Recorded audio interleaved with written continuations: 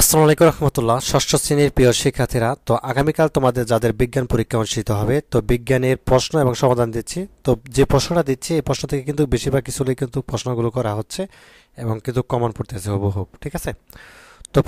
তোমাদের প্রথমে ক বিভাগ থাকবে নৈবিত্তিক প্রশ্ন। ঠিক আছে, এখানে নৈবিত্তিক প্রশ্ন বলতে 25টি থাকবে, 25 নাম্বার। তো বহু নির্বাচনী থাকবে 15টি এবং হচ্ছে এক কথায় থাকবে 10টি। তো চলো আমরা কথা না বলে উত্তরগুলো দেখি। আচ্ছা দেখো, কোন উদ্ভিদটি গুল্ম জাতীয়? তো উত্তরটি কি হবে তোমাদের এখানে? কামিনী। ঠিক আছে, উত্তরটি কি হবে তোমাদের? কামিনী। এই যে ক নম্বর উত্তর হবে। ঠিক আছে।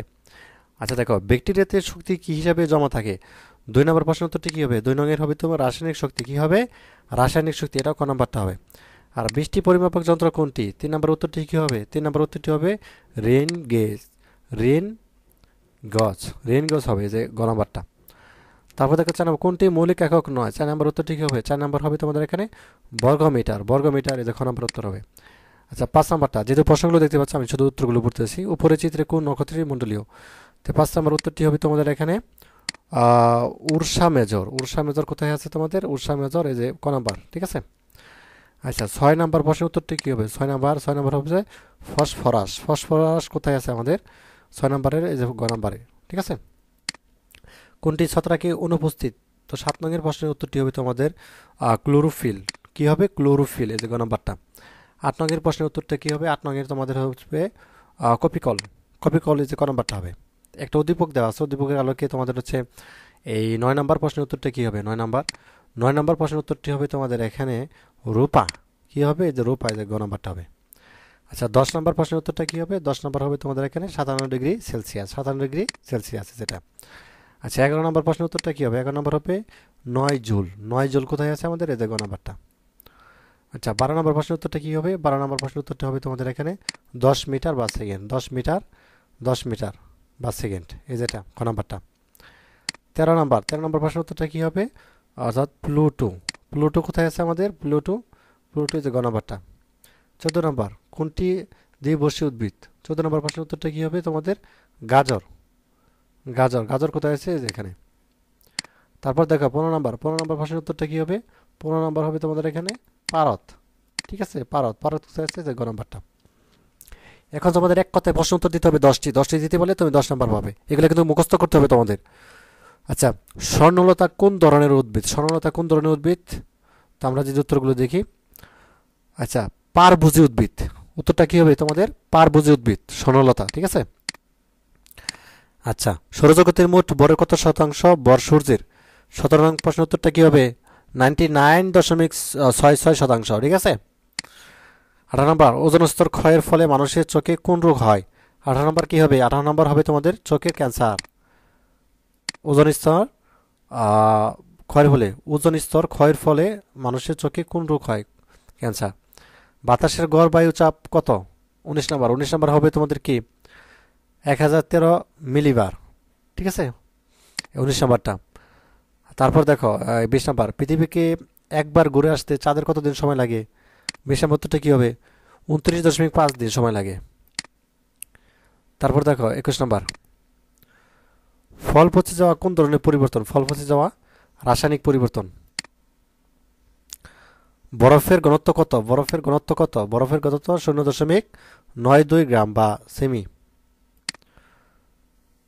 আচ্ছা তারপর মহাকাশে গ্রহ নক্ষত্র গ্যালাক্সি পরস্পরকে যে বলে আকর্ষণ করে তাকে কি বলে? 23 নম্বরটা কি হবে? 23 নম্বর হবে তোমাদের মহাকর্ষ। মহাকর্ষ। ঠিক আছে। প্রতি সেকেন্ডে 1 জুল শক্তি ব্যয় হলে তাকে কি বলে?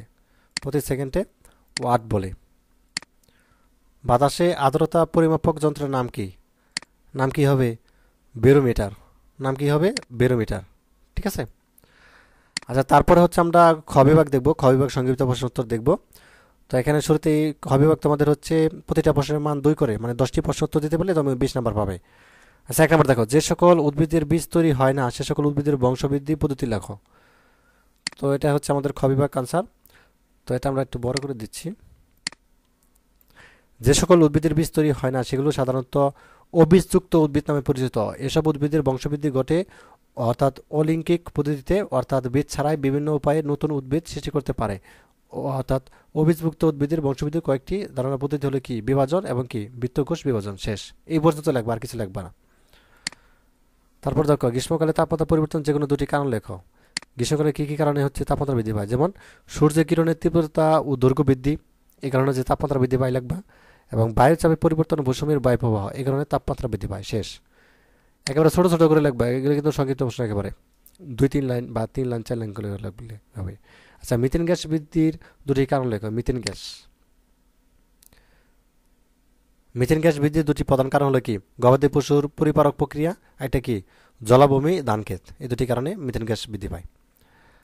তারপর দেখো 1 কেজি পানির আয়তন বের করো। 1 কেজি পানির আয়তন বের করতে বলছে। তো পানির ঘনত্ব সাধারণত কত? 1 কেজি মানে 1 জি সেমি 3 বা কি 1000 কেজি, তাই না? এম পাওয়ার 3 ধরা। তো এই ঘনত্ব অনুসারে 1 কেজি পানির আয়তন বের করা যাক। তো আমরা জানি কি ঘনত্ব সমান কত? উপরে ভর, নিচে আয়তন। উপরে আমরা ভরটা দিব, নিচে হচ্ছে আমাদের ঘনত্বটা। ভর 1 কেজি এবং ঘনত্ব আমাদের এত কেজি, 1000 কেজি, তাই না? তো এটা যদি আমরা ক্যালকুলেশন করি তো আমাদের কত আসে? অতএব 1 কেজি পানির আয়তন হবে 1 লিটার বা 1000 সেমি পাওয়ার 3, তাই না? আচ্ছা, পর্যাবৃত্ত গতির বৈশিষ্ট্য লেখো 5 নাম্বারটা। আচ্ছা, 3টা বৈশিষ্ট্য লিখবা। আচ্ছা, সমান সময় অন্তরায় পুনরাবৃত্তি, নির্দিষ্ট কক্ষপথ বা সীমা, বিভিন্ন সময় একই অবস্থানে ফিরে আসা, এই 3টা বৈশিষ্ট্য লিখে দিবা। শেষ, ব্যাখ্যা করার দরকার নেই। কোনো বস্তু পানিতে ডুবে না নাকি ভাসে তা কিসের উপর নির্ভর করে তোমার যুক্তি দাও।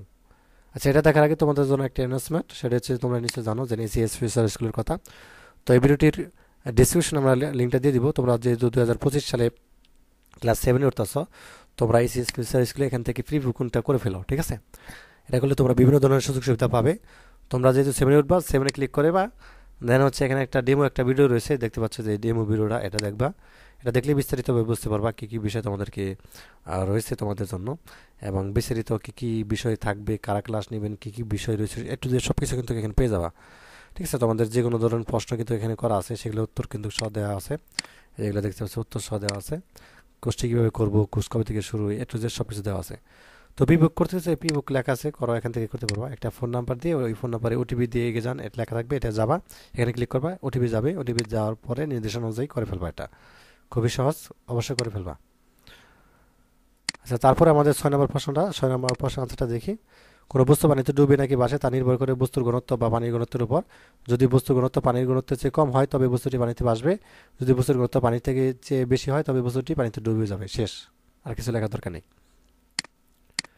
আচ্ছা, 7 নম্বর, ঘর্ষণ কমানোর দুটি পদ্ধতি উল্লেখ করো। ঘর্ষণ কমানোর দুটি পদ্ধতি, যেমন তেল বা লিব্রিকেন্টের ব্যবহার, মসৃণ বা পালিশকৃত পৃষ্ঠা ব্যবহার। শেষ। তারপর দেখো, প্রেসার কুকারে রান্না করা সহজ হয় কেন? প্রেসার কুকারে প্রেসার কুকারে রান্না করা সহজ হয় কারণ এতে উচ্চ চাপের কারণে পানির স্ফুটনাঙ্ক বৃদ্ধি পায়। তুমি এই এক লাইন যদি লিখতে পারো তাহলে 1 নম্বর পাবে, ঠিক আছে? আর যদি সম্পূর্ণ লিখতে চাও, লিখতে পারো, তাহলে 2 নম্বর পাবে আর কি। আচ্ছা, বাতাসে নিম্নচাপ ঝড়বৃষ্টির সম্ভাবনা নির্দেশ করে কেন, তাই না? তো লিখবে বাতাসে নিম্নচাপ ঝড়বৃষ্টির সম্ভাবনাকে নির্দেশ করে কারণ নিম্নচাপের এলাকায় বাতাসটি উপরে উঠে এবং ঠান্ডা হয়ে ঘনীভূত হয়, যা মেঘ এবং শেষ পর্যন্ত বৃষ্টিপাতের সৃষ্টি করে। ঠিক আছে, এই পর্যন্ত লিখবা, তাহলেই হবে। তোমরা 7-এ যেহেতু 6-এ পড়ো, ছোটো ছোটো করে লিখলে হবে। তুমি কি তোমার আয়তন মাপতে পারবে? তো আয়তনটা কীভাবে মাপে? যে আয়তন, বর, উপরে ঘনত্ব এইভাবে দিয়ে দেবে, তাহলে তো আয়তন মাপটা হয়ে গেল। আচ্ছা, গ বিভাগে তোমাদের 5টি প্রশ্ন থেকে 3টি প্রশ্নের উত্তর দিতে হবে, ঠিক আছে? তো প্রথম যে প্রশ্নটি করা আছে, একটি উদাহরণের মাধ্যমে বৈজ্ঞানিক অনুসারে পদ্ধতি তাপগুলো আলোচনা করো। উত্তরটা দেখাচ্ছি তোমাদেরকে, দেখলা উদাহরণ। বৃদ্ধি কীভাবে সূর্যালোকের উপর নির্ভর করে, সমস্যা চিহ্নিতকরণ, তথ্য সংগ্রহ, পর্যবেক্ষণ, অনুমান এবং হাইপোথিসিস তৈরি, ঠিক আছে? তো বৈজ্ঞানিক অনুসরণ পদ্ধতি সাধারণত কয়েকটি ধাপ রয়েছে যা কোনো সমস্যা বা প্রশ্নের সমাধান খুঁজে বের করতে সাহায্য করে। নিচে একটি উদাহরণের মাধ্যমে এই ধাপগুলো সংক্ষিপ্তভাবে আলোচনা করলো। এই যে ধাপগুলো, 3টা ধাপগুলো লিখে দিবা। শেষ। ধাতু আর ধাতুর বোধধর্ম উল্লেখ করা এবং ধরে কীভাবে করা যায় এটা করতে বলছে, তাই না? তো এটা হচ্ছে, এটা লিখে দিতে পারো, ধাতুর বোধধর্মটা লিখে দিতে পারো এখানে। উজ্জ্বলতা, তাপ বিদ্যুৎ পরিবাহিতা, কঠিনতা, ঠিক আছে, গাছ সহ্য করার ক্ষমতা, নমনীয়তা, এগুলা। অধাতুর বোধধর্ম যে উজ্জ্বলতা নেই, তাপ বিদ্যুৎ অপরিবহ, কঠোরতা কম, এগুলো লিখে দেবা। শেষ, এখানে লিখে দিতে পারো আর কি, ঠিক আছে? আচ্ছা, এই ছিল। এবং তোমাদের হচ্ছে গ বিভাগে কিছু যে সৃজনশীল বা যে প্রশ্নগুলো রয়েছে, যেগুলো হচ্ছে দৃশ্যপট নির্ভর প্রশ্ন, রচনামূলক প্রশ্ন। তো এখানে দেখতে পাচ্ছ ক নম্বর প্রশ্ন এবং খ নম্বর প্রশ্ন দেওয়া আছে। এই সৃজনশীলের আলোকে তোমাকে লিখতে হবে প্রশ্নটা দেখো এবং এইটা দেখো, সৃজনশীলটা দেখো। এখানে চিত্র ক এবং চিত্র খ দেওয়া আছে এবং দুটি প্রশ্ন করা আছে, তাই না? তো এভাবে হচ্ছে তোমাদের এখানে 3 নম্বর প্রশ্নটা দেখো এবং 4 নম্বরটা দেখো, 4 নম্বর ক এবং খ নম্বর প্রশ্নটা দেখো, 5-এর ক এবং খ নম্বরটা দেখো। ঠিক আছে, তো এই ছিল। ধন্যবাদ সবাইকে ভিডিও দেখার জন্য। আল্লাহ হাফিজ।